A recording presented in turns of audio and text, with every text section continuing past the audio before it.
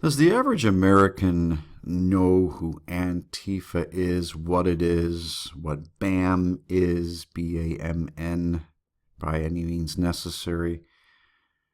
Is the average American even remotely familiar? Do they care?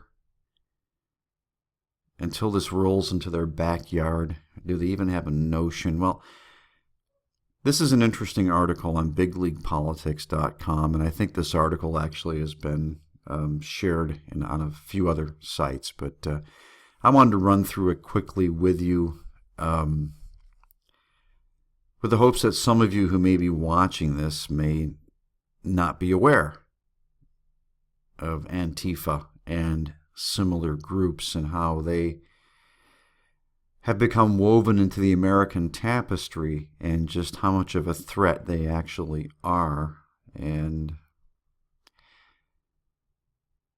how you should, if you are a person with a family, with a job, with a business, who I guess is living the American dream on one level or another, how you should be familiar with this. This is an article called Snowflakes with Guns. Antifa formed armed militia, release hilarious training day footage. Okay, and there is a video that you could watch as well. And this was written by a Cassandra Fairbanks. Now, a group of Arizona-based Antifa have formed an armed militia to stand against capitalism and white supremacy. And late last month, in April, the group released an unintentionally comical video showcasing their training day. Okay, and I watched the video, and yeah, it is a bit comical, certainly, and unintentionally. Now, the John Brown Gun Club describes itself as a branch of Redneck Revolt, a national network working to stem the tide of reactionary recruitment within white working-class communities, fight white supremacy, and build liberatory community defense. And this is the description on the video. And in the footage, the corny leftists, as this article refers to them, shoot targets featuring Pepe, the cartoon frog meme, you know who that is right there, dressed as a Nazi. And there's also they have somewhat of a mannequin or a scarecrow dressed up as a KKK man or KKK member that they're shooting at, and they blow up as well. Now in February, this group held a blockade outside an ICE center in Phoenix in an attempt to prevent Guadalupe Garcia de Reyes, an illegal immigrant, from being transported and deported. And of course, the group's antics were unsuccessful, and the woman was deported for using a fake social security number. Yeah, that's a felony. Now, the Phoenix John Brown Gun Club has previously formed a coalition with the Arizona Brown Berets to open carry at a pro-Donald Trump rally last year. And this is where you're seeing much of Antifa is at pro-Trump rallies where they clash with Trump supporters. And you see individuals like Based Stickman fighting back with his wooden stick and his shield and his helmet, fighting back against Antifa, and others like him. I can't call it entertaining because certainly it's dangerous, but it certainly is interesting to watch. Now, this group says we must defend these targeted communities at all costs. We will not merely watch as our co-workers, neighbors, friends, and families are stolen from us, murdered, deported, arrested without cause, disappeared, and brutalized. This is referring to immigrants.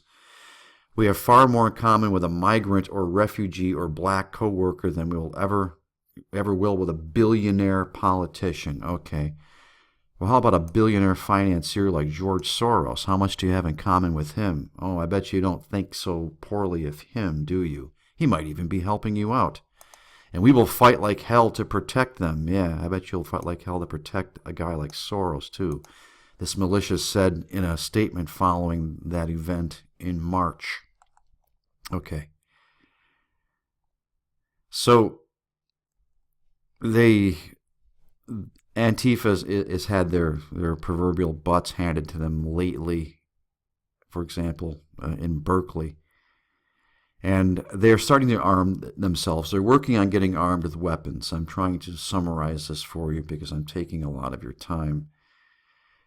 And thus far, they've been showing up at these protests with M80s, with mace, with rocks. I mean, certainly things that can injure or kill you. But now they are working on getting firearms, and as you would see in that video, some of them are shooting AKs and different things, trying to become proficient in them. And this is where it starts to get dangerous. And this is where, certainly if you are an experienced gun owner, and you probably are more of the conservative ideology, and you've been shooting guns for many years, you're proficient, you know how to handle them, and then you see these snowflakes, and I'll use that phrase too, these snowflakes that are learning how to shoot AKs or handguns, and they're not having the most success. They don't look natural. They seem uncomfortable with them. The experienced gun owner, the conservative, the libertarian, the Make America Firster, the traditional American by most standards, who may have a family, may work a 40-hour, 50 or 60-hour a week job trying to support that family, live what is less and less becoming the normal American lifestyle as the economy deteriorates. That individual with a gun is certainly, they have an advantage over Antifa, should this come out to be a Antifa versus traditional gun owner battle in the streets. And this is where I'm going with this. This could very well be coming a point of civil war. Now, while they may have an advantage over these snowflakes in Antifa who are learning how to handle their weapons, what we're dealing with here is a cycle. Antifa talks about a psychological element where if they're armed, they're going to scare. Again, if you are a conservative American, whether you support Donald Trump or not, you are considered a fascist, when in fact these people, Antifa, are the fascists. So you will have an advantage over these people, but here's the problem, and here's the issue that we all need to be concerned with. People are going to die. People are going to get hurt. Even if these individuals are not proficient with these weapons, if they have the courage to actually stand there and attempt to shoot them, some of you on the other side are going to die. Innocent people are going to die. And that's where we have danger. And I just want to jump to some comments here quickly in this, and I'm going to leave you a link to this article. Okay. Not to mention their extreme level of delusion and lack of anchors to reality. This is Antifa. These fascist nutbags need to be disarmed before they murder innocent people. Precisely the point I'm making. That's the point I'm making. Now you can call them what you will. You can put them down, make fun of them, and I find it funny too. And some of these comments in here are this individual here. I'm not even going to point her out to you, but she's one of them, I think, and her vocabulary leaves a lot to be desired. But okay, no. In your response to her, people like you brown shirts, which is them, similar to the Nazi brown shirts of Hitler's Germany, or berets, are the ones trying to shut free speech down. Yes, they are. These anti-fascists are, in fact, the fascists trying to shut down free speech, unless it's their speech. If you don't agree with them, if you don't speak like them, you are the enemy, and they're out for you. Which if your education had allowed, and believe me, many of them are educated, but educated doesn't mean a thing. Okay, it's a degree. You sat in a classroom and had your head filled with stuff, much of which is not of any real use in the real world. It is the actual epitome of fascism. Yes, it is. These people are the epitome of fascism. I'll go back to your safe space. Yeah, they will. And here we go, right here. Again, this individual is commenting against a perceived member or sympathizer with Antifa who who got into this chat. Ignorant, temper tantrum prone, spoiled little snowflake brats. If you wear masks in the streets, arm yourselves, clubs, knives, guns, pepper spray, and shut down and or threaten anyone who disagrees with you while calling them a fascist. That's what they do. You, in fact, are the actual fascist. Yes. This is the classic relabeling of the enemy, just like the commies and the National Socialist Workers' Party, a.k.a. Nazis, you're familiar with that, folks, did in the 1920s and 30s. Cause a ruckus and blame the opposition, which could be reasonable, smaller, government-minded taxpayers, some of whom are proficient gun owners, proficient with their guns, for daring to provoke you. Riot, burn, loot, and shoot, all the while pointing at the opposition.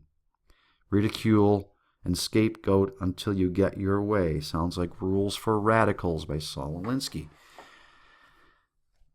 So anyway, my point is, and I've taken 11 minutes here, folks.